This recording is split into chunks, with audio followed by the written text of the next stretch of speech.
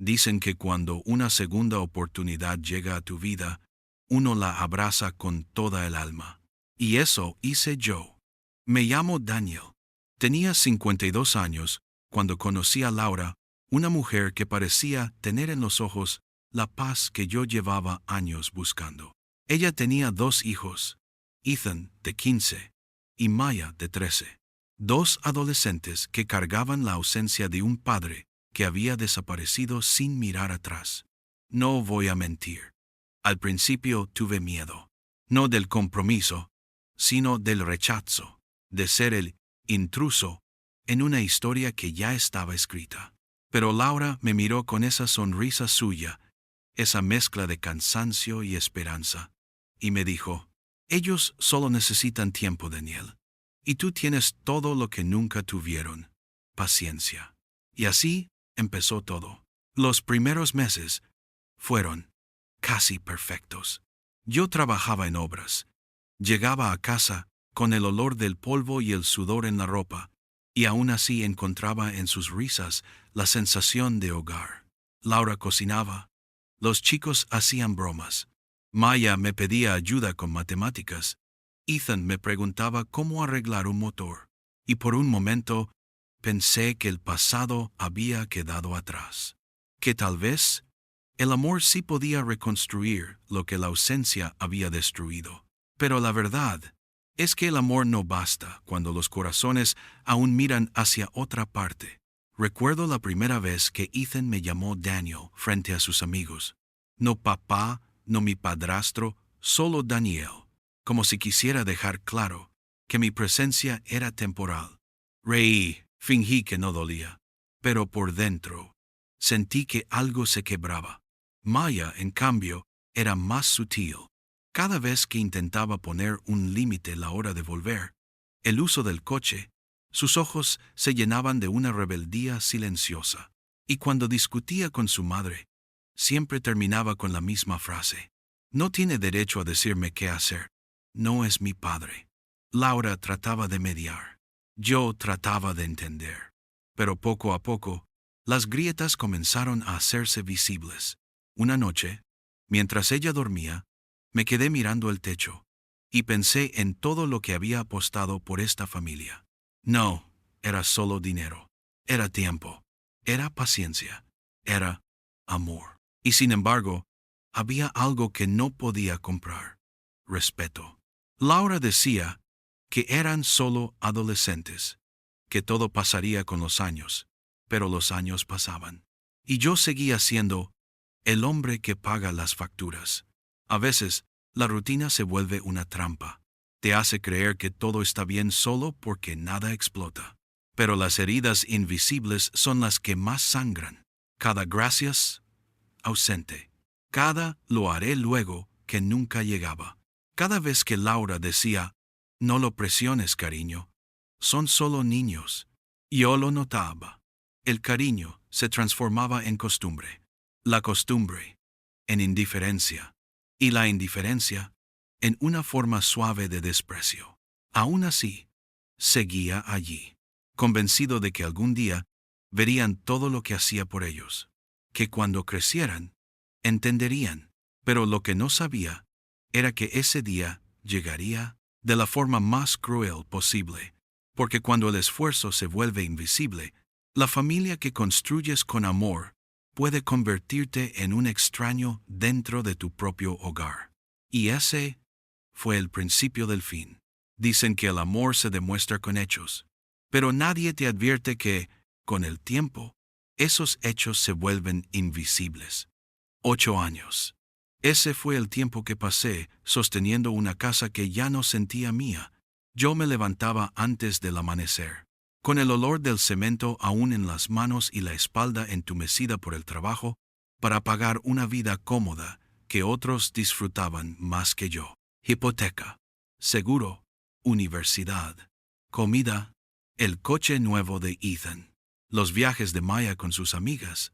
Cada gasto tenía mi nombre, pero ningún gracias llevaba mi voz. Al principio, creí que era normal, que los jóvenes son distraídos, que Laura estaba cansada, pero poco a poco El cansancio empezó a oler a indiferencia. Recuerdo una tarde. Había llegado empapado de lluvia después de un día interminable en la obra. Maya estaba viendo una serie en el sofá. Ethan jugaba videojuegos con los auriculares puestos. Y Laura, con un gesto dulce pero ausente, solo dijo: «Cariño, ¿podrías pasar por el supermercado? Se acabó la leche». Nadie levantó la vista. Nadie preguntó cómo me había ido el día. Y en ese momento me di cuenta de que la casa estaba llena de ruido, pero vacía de presencia. Los días se volvieron todos iguales. Yo era la sombra que hacía que las luces se encendieran, el nombre detrás de las facturas que se pagaban solas. Maya usaba mi coche sin preguntar.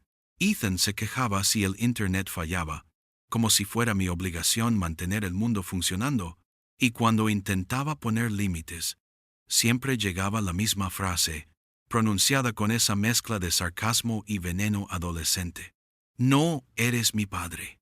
Es Witcher.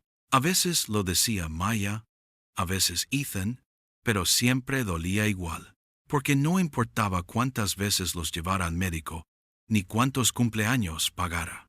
En el fondo, seguía siendo un extraño con una cartera abierta. Laura, en cambio, parecía no verlo. Había dejado de trabajar para estar más cerca de los chicos, pero su presencia se había vuelto tan silenciosa como la mía. Por las noches, la encontraba frente al ordenador, revisando fotos viejas o mirando el celular, con esa expresión que mezcla nostalgia y resignación. Intenté hablar con ella.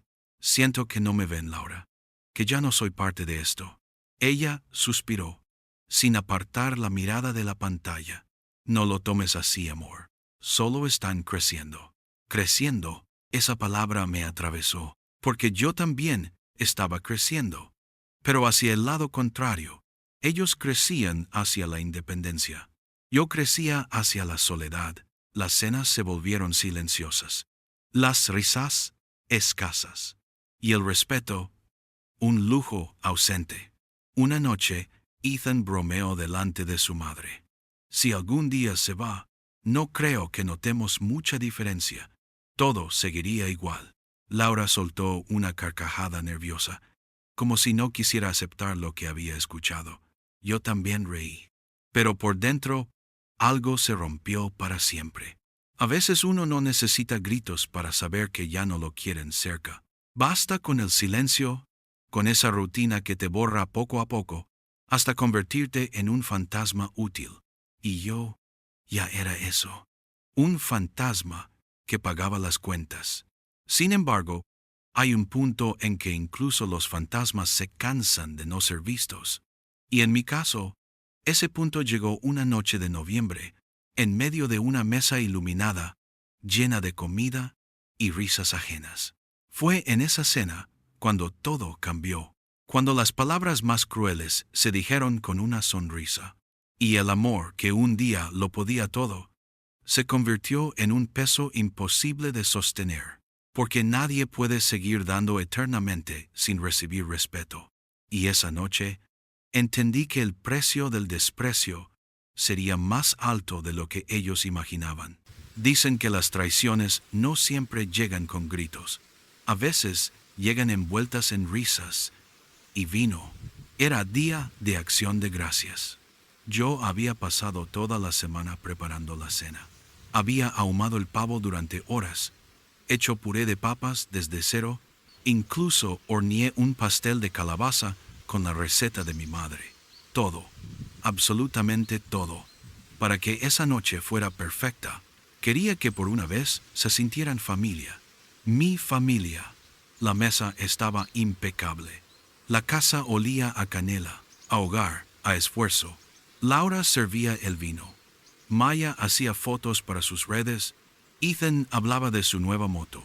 Parecían felices. Y yo también lo estaba. Hasta que hablaron. Ethan levantó su copa. Tenía esa sonrisa arrogante que heredó de su padre. «Brindemos por la familia», dijo, «y por los que saben que todos somos reemplazables». El silencio fue inmediato, pero duró solo un segundo, porque después Maya soltó una carcajada y añadió: «Sí, mamá, seguro podrías hacerlo mejor. Cualquiera podría hacer lo que él hace».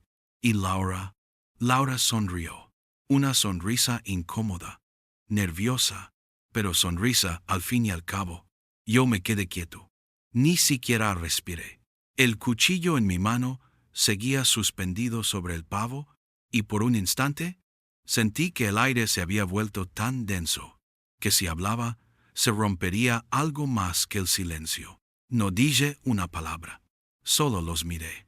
A Ethan, con su copa alzada, a Maya, con los ojos brillando de burla, y a Laura, que no tuvo el valor de decir basta. Era como si, en un solo momento, todos los años de sacrificio se hubieran borrado. 8 años pagando sus estudios, sus seguros, sus lujos.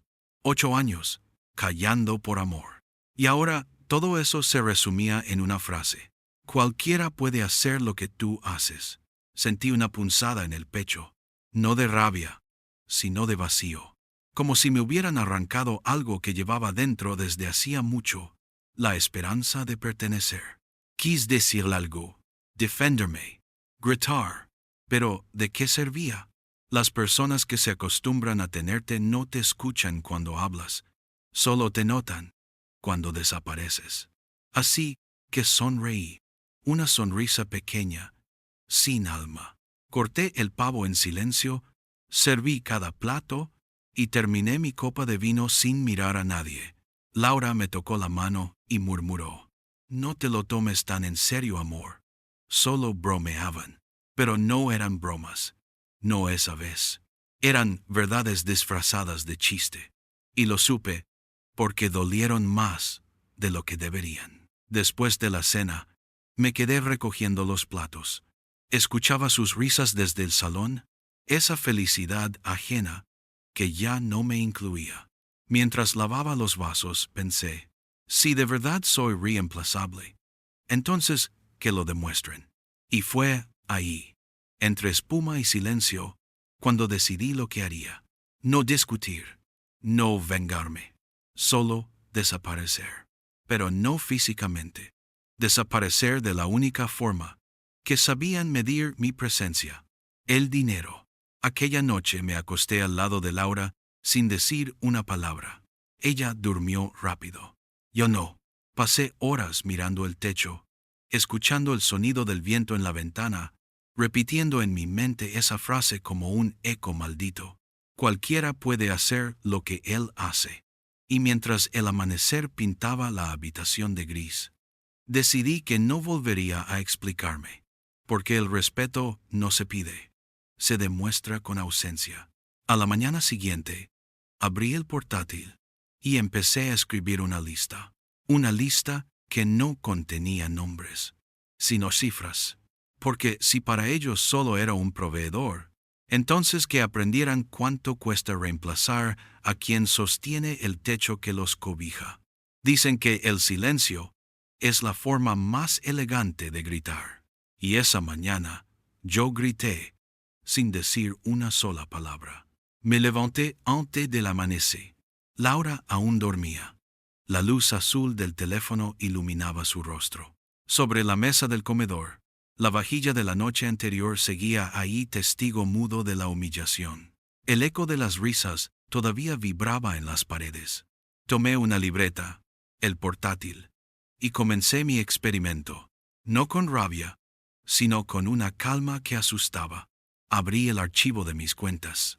Uno por uno, comencé a anotar los gastos del último año: hipoteca, seguro de salud, Universidad de Maya, el coche de Ethan, las facturas, el agua, la luz, la comida, los regalos, los viajes, las veces que solo era un préstamo y nunca regresó. Cuando terminé la lista, el total me devolvió una cifra que me dolió más que cualquier palabra: $85,237. Ese era el precio de mi amor, el valor contable de mi presencia.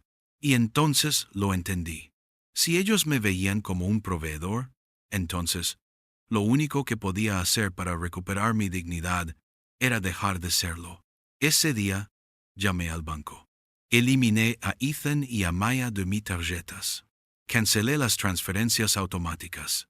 Saqué mi mitad exacta del dinero que compartíamos. Dejé el resto para Laura justo, limpio, sin reproches. También llamé a la compañía de seguros. El coche de Ethan estaba a su nombre. Así que el seguro ahora también sería su responsabilidad. Y antes de cerrar el portátil, envié un último pago, el de la electricidad, el último que llevaría mi nombre. Por la tarde, empaqué una maleta pequeña, ropa suficiente para unos días, el portátil y una foto de mi madre. Nada más. Dejé una carta en la mesa, con una frase sencilla. No me fui. Solo dejé de sostener lo que nunca valoraron. Conduje 1 hora hacia el norte, hasta una cabaña que había alquilado hacía meses, pensando que algún día podría necesitar silencio. Nunca imaginé que ese día llegaría tan pronto. Los primeros 3 días fueron extrañamente tranquilos. Dormí sin interrupciones. Leí. Caminé por el bosque. Aprendí lo que era el sonido de la lluvia sin mezclarse con reproches. Pero al 4.º día, el silencio empezó a romperse. El teléfono sonó una vez. Luego otra. Y otra. Primero Laura. Después Maya. Luego Ethan. No respondí. Dejé que la culpa se cocinara sola. Cuando por fin escuché los mensajes, las voces eran un retrato perfecto del caos. Papá, mi tarjeta fue rechazada. Instead of reverse. El seguro del coche venció. No puedo pagar la luz. Cada frase sonaba a pánico, y por primera vez en años no me sentí culpable. Solo libre. 3 días después, Laura me llamó llorando. Daniel, ¿qué estás haciendo? Los chicos no tienen cómo pagar. Ethan perdió su seguro. Maya no puede comprar comida. Contesté con la serenidad de quien ya no tiene miedo. Estoy cumpliendo mis obligaciones legales. Nada más. ¿Estás siendo cruel? No. Estoy siendo reemplazable. Como dijeron. Silencio. El tipo de silencio que pesa más que 1000 disculpas. Y luego, un clic. La llamada terminó. Esa noche, encendí la chimenea y observé el fuego. Por primera vez, entendí que amar no significa cargar, que a veces, la única forma de enseñar gratitud es dejar que el otro sienta el vacío que tú llenabas sin que se diera cuenta. El silencio ya no me asustaba. Era mi aliado, mi espejo, mi castigo y mi cura. Y mientras el fuego crepitaba, supe que el verdadero aprendizaje apenas comenzaba, porque el silencio enseña lo que el ruido siempre oculta, el valor real de quien sostiene y el costo exacto de perderlo. Dicen que el orgullo es el último abrigo antes de la vergüenza. Y ese invierno, todos en esa casa se quedaron desnudos ante la realidad. Los primeros días después de mi partida fueron de silencio. Nadie llamó. Quizás creyeron que me rendiría, que era solo una rabieta. Pero la rutina, esa misma rutina que ellos daban por sentada, empezó a desmoronarse. El primer recibo que venció fue el de la luz, luego el del agua, después el del seguro del coche de Ethan. Una noche, Laura me envió un mensaje. Nos cortaron la electricidad. Maya está llorando. Lo leí. No respondí. No por crueldad, sino porque sabía que a veces solo el frío enseña el valor del calor. Maya, mi pequeña rebelde, fue la primera en romper. Supe por un vecino que había empezado a trabajar en una cafetería del campus. Turnos dobles, sonrisa fingida, ojeras reales. La chica, que una vez criticó mi obsesión por el dinero, ahora contaba monedas para pagar el alquiler. Ethan, en cambio, resistió más. O eso creía. Intentó vender su moto, pero nadie la quiso. Pidió dinero prestado a sus amigos para reinstalar el seguro del coche, y cuando no pudo devolverlo, tuvo que vender su computadora esa en la que pasaba horas mientras yo arreglaba goteras. Y Laura volvió a buscar trabajo. La encontré un día, por casualidad, en el supermercado del pueblo vecino. Tenía el cabello recogido, las manos agrietadas por el frío. Estaba comprando arroz, pan y una caja de velas. Nuestros ojos se cruzaron. Ninguno habló, pero bastó un segundo para entenderlo todo. Esa noche, en mi cabaña, el fuego crepitaba con la misma lentitud que mis pensamientos. Por primera vez, no sentí rabia.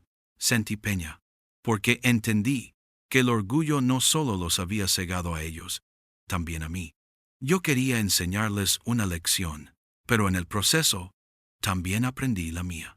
Que a veces el silencio no destruye, solo limpia el ruido para que los demás escuchen lo que nunca quisieron oír.